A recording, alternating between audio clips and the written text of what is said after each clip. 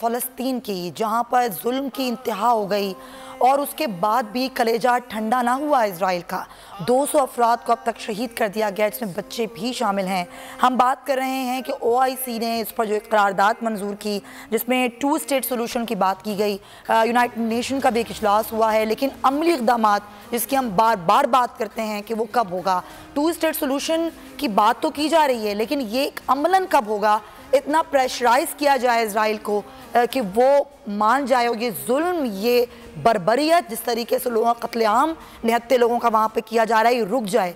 रोकने के लिए पूरे अक़वाम आलम अपना किरदार किस तरह से अदा कर सकती है, इसी पर बात करने के लिए मेरे साथ मौजूद हैं मुफ्ती हनीफ कुरैशी साहब, आलिम दीन हैं, मज़हबी स्कॉलर हैं, और रसूल बख्श रईस साहब भी हमें अब से कुछ ही देर में ज्वाइन कर जाएंगे। मुफ्ती हनीफ कुरैशी साहब, जब हम बात करते हैं कि अल्लाह का हुक्म है, अल्लाह कुरान में कहता है कि शाम फ़लस्तीन जो कि हमारा क़िबला अव्वल है, ये कहा गया है कि वहीं का रुख किया जाए। हम मुस्लिम उम्मा जो किरदार हमें अदा करना चाहिए, क्या हम वो कर रहे हैं? पहला सवाल। दूसरा सवाल ये कि फ़लस्तीन में जिस तरीके से कत्लेआम किया जा रहा है, जिस तरीके से लोगों को वहाँ बेदर्दी के साथ कत्ल किया जा रहा है, किस तरीके से वहाँ पर ये जुल्म सितम रोका जाए? पूरी अक़वाम आलम क्या किरदार अदा कर सकती है, और कर नहीं रही तो क्या करना चाहिए?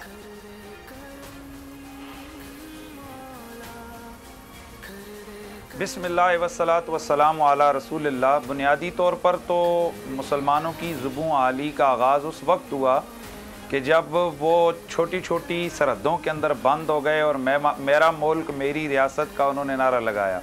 वगरना जो इकबाल ने कहा था, जो नज़रिया दिया था, जो कि तमाम अक़वाम मुस्लिम की बका और उनकी मजबूती का वाहिद रास्ता है कि एक हूँ मुस्लिम हरम की पासबानी के लिए, नील के साहिल से लेकर ताबखा के काशगर। तो आज जो फ़लस्तीन के अंदर हो रहा है कि 80 लाख यहूदी हैं, जिनकी 2 से 2.5 लाख की फ़ौज है, और उन्होंने 1.5 अरब मुसलमानों को आगे लगाया हुआ है। और मैं समझता हूँ कि ये हम तमाम मुसलमानों के लिए ये डूब मरने का मकाम है। बुनियादी तौर पर जो हमारे लिए कुरान और सुन्नत की रहनुमाई है, हम उससे रोशनी नहीं लेते हैं, जिसकी वजह से हमारे मसाइल सामने आ रहे हैं। कुरान ने और हदीस ने हमारे लिए बड़ा वाज़ेह सा रास्ता रखा हुआ है कि जहाँ भी जुल्म हो तुम वहाँ जिहाद करो, और जिहाद ख़त्म नहीं हुआ, जिहाद मादिन इला यौमिल क़ियामा। तो कुफ़ार को सीधी राह पे लाने का वाहिद एक ही सलूशन है, उसका एक ही हल है, उसका एक ही रास्ता है, और वो जिहाद है। जिहाद फी सबीलिल्लाह है। मोहतरमा, इस वक्त 2 चीज़ें हैं। एक इंडिविजुअली जो आम उम्मत है वो क्या करे, और दूसरा जिन हाथों में इस उम्मत की क़यादत है वो क्या करें। सही। आपने अभी एक जो बात कही है, हमारा दिल खून के आंसू रो रहा है। हमारे वज़ीर खारजा साहब ने भी जाकर OIC के अंदर 2 रियासती एजेंडा पेश किया। ये तो कायदे आज़म के विजन के खिलाफ है, ये तो बिल्कुल मैं समझता हूँ कि हकायक के खिलाफ है। आपने क्या किया है? हम लोग खुश हो रहे हैं कि 2 रियासती नजरिया पेश करके OIC ने बड़ा तीर मारा है। हमारे लिए डूब मरने का मकाम है, शर्म का मकाम है।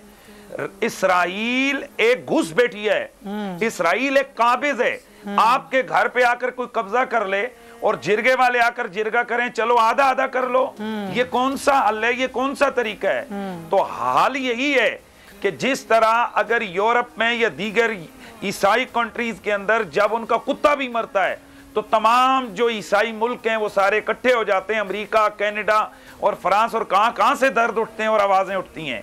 आज जरूरत इस अमर की है कि जो मलेशिया के वजीर खारजा साहब ने एक हल दिया है, मैं समझता हूं कि वही इसका हल है, और वो ये है कि बिला ताखीर व तरद्दुद तमाम मुसलमान मुल्क मिलकर मस्जिद अक्सा की हिफाजत के लिए वहां पर फौजें उतारें। और अगर कमोडिया में, आयरलैंड में, चेचनिया में, अर्ज़गवीनिया में और दीगर दूसरे ममालिक में, सेंट्रल अफ्रीका में, अगर वहां अमन के नाम पर फौजें उतार कर, और मशरकी तैमूर में अगर अमन के नाम पर वहां फौजें उतार कर वहां उसको 2 टुकड़े किया जा सकता है, और इसी तरह सूडान के अंदर अगर फौजें उतारी जा सकती हैं, तो यहाँ फौजें, इस्लामी फौजें क्यों नहीं उतारी जा सकती, जो वहां क़िबला अव्वल की हिफाजत भी करें, और इन दहशत गर्दों को, इसराइल एक दहशत गर्द रियासत है और दहशत गर्दों के साथ मुज़ाकरात नहीं होते हैं, दहशत गर्दों की ठुकाई की जाती है।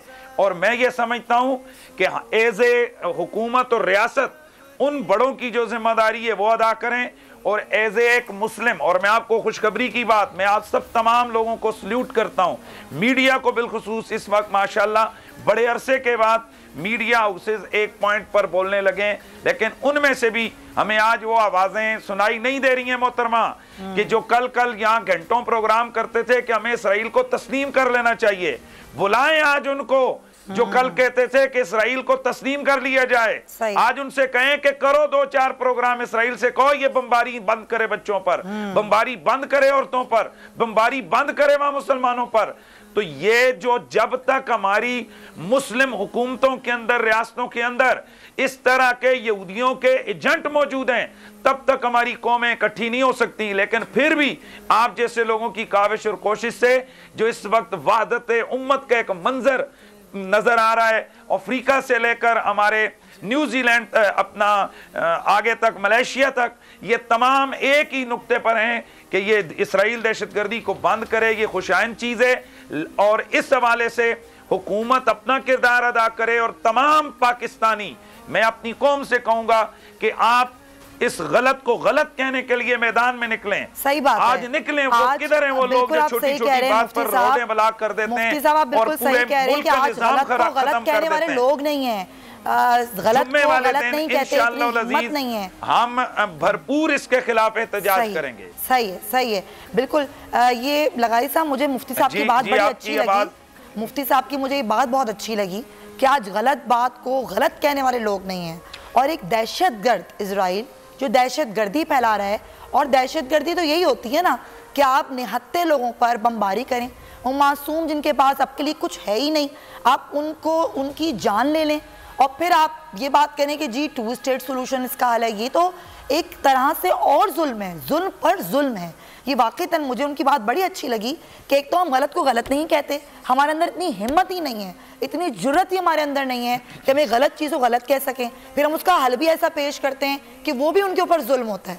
जी लगारी साहब। एक तो मुफ्ती साहब ने जितनी भी बात की बहुत परफेक्ट टू दी पॉइंट और बिल्कुल क्लियर, बहुत वाज़ेह बात थी, और उनने अगरचे मगरचे चूँके चुनाचे की ये जो गर्दान होती है और बातों से बातों को निकाल कर असल मसले से हट जाने वाली बात होती है, वो नहीं की। उनका इस्तदलाल बिल्कुल वज़नी था और बिल्कुल वज़नी है, और जिस तरह से वो बात कर रहे हैं उसके अंदर ठोस बात है, और तमाम दलाइल उनके जो हैं वो मैं उनको बिल्कुल उनका साथ देता हूँ, और समझता हूँ कि उन्होंने बिल्कुल अच्छे तरीके से बेहतर अंदाज में दलाइल पेश किए हैं। क़ायद आज़म उस वक्त उनकी तबीयत ख़राब थी, मई 1948 में खासे नहीफ व निज़ार हो चुके थे, उनकी सेहत जवाब दे गई थी।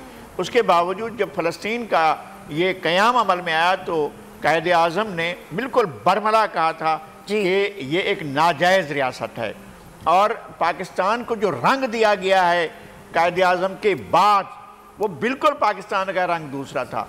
हमें अपनी सरजमीन को, हमें अपने वतन को, हमें इस जोग्राफिया को एक नेशनल स्टेट के तौर पर लेना चाहिए। हम सब मुसलमान हैं अल्हम्दुलिल्लाह, और हम सब जो हैं वो इस मुल्क के मुहाफिज भी हैं और इस सरजमीन के मुहाफिज। और ये अगर